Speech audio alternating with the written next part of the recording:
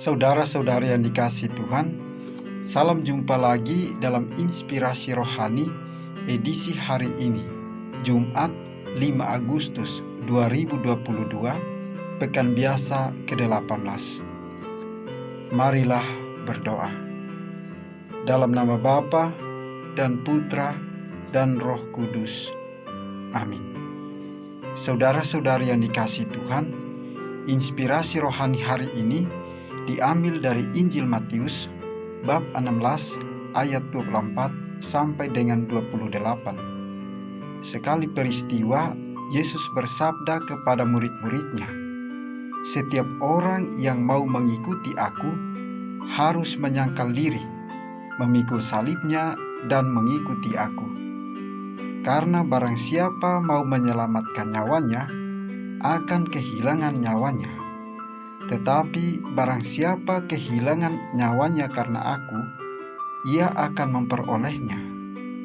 Apa gunanya bagi seseorang jika ia memperoleh seluruh dunia, tetapi kehilangan nyawanya? Apakah yang dapat diberikannya sebagai ganti nyawanya? Sebab Anak Manusia akan datang dalam kemuliaan Bapanya, diiringi malaikat-malaikatnya. Pada waktu itu, ia akan membalas setiap orang setimpal dengan perbuatannya. Aku berkata kepadamu, sungguh di antara orang-orang yang hadir di sini, ada yang tidak akan mati sebelum mereka melihat Anak Manusia datang sebagai Raja dalam kerajaannya." Demikianlah sabda Tuhan. Saudara-saudari yang dikasihi Tuhan, Yesus memerintahkan bahwa kita harus memikul salib kita dan mengikuti Dia. Manakala kita mendengar kata salib, kita cenderung untuk berpikir tentang kesulitan, beban, atau rasa sakit. Walaupun memang menyakitkan, salib senantiasa merupakan jalan kepada suatu pengalaman yang lebih mendalam tentang hidup yang telah dimenangkan oleh Yesus bagi kita. Saudara-saudari yang dikasihi Tuhan, dalam Perjanjian Lama, misalnya dalam kitab Keluaran dan Ulangan, kita dapat melihat perpindahan dari hidup lama kepada suatu hidup baru.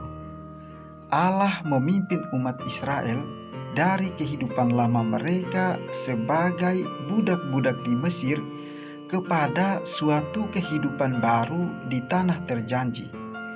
Perjalanan umat Israel melalui padang pasir tidaklah selalu mudah, namun membawa sukacita tersendiri bagi mereka. Allah menginginkan agar jika kita mendengar kata salib, maka kita langsung berpikir bahwa ini adalah kabar baik.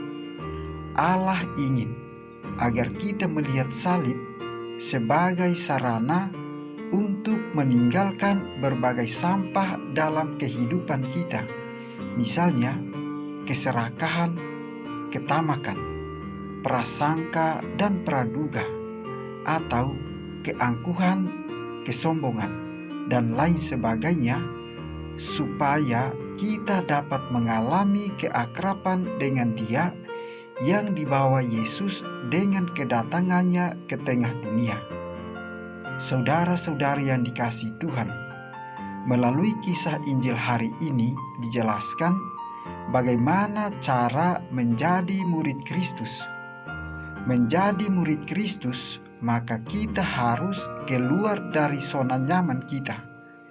Kita harus keluar dari sikap mengutamakan diri kita dan bergerak keluar dan melakukan perintah Allah.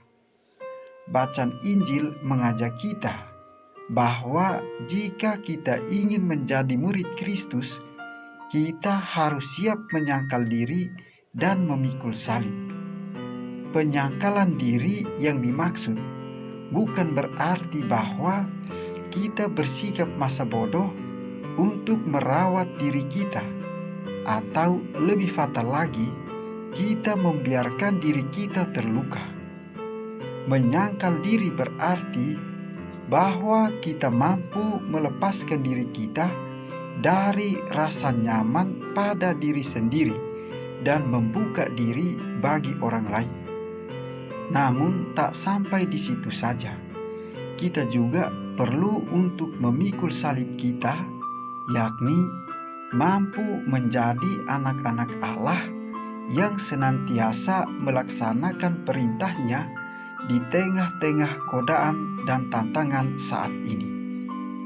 Saudara-saudari yang dikasihi Tuhan, oleh karena itu, maka marilah kita merangkul salib kita masing-masing dan memikulnya, sehingga dengan demikian Allah dapat memenuhi diri kita dengan suatu cara berpikir yang baru, cara bertindak yang baru, dan cara hidup yang baru pula. Marilah kita menaruh rasa percaya kita pada tangan-tangan kasih Yesus dan yakin bahwa salib akan memimpin kita kepada kehidupan kekal dalam hadirat Allah, bebas dari segala rasa susah dan maut.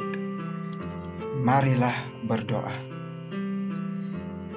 Ya Tuhan Yesus, dimuliakanlah Engkau, karena sudah membuat hidup lama kami menjadi mati melalui salib-Mu, dan memberikan kepada kami hidup yang sepenuhnya baru. Tolonglah kami agar mau dan mampu memikul salib kami dan mengikuti Engkau, sebab Engkaulah Tuhan dan Pengantara kami yang hidup dan berkuasa bersama Bapa dalam persatuan dengan Roh Kudus, Allah kini dan sepanjang segala masa. Amin.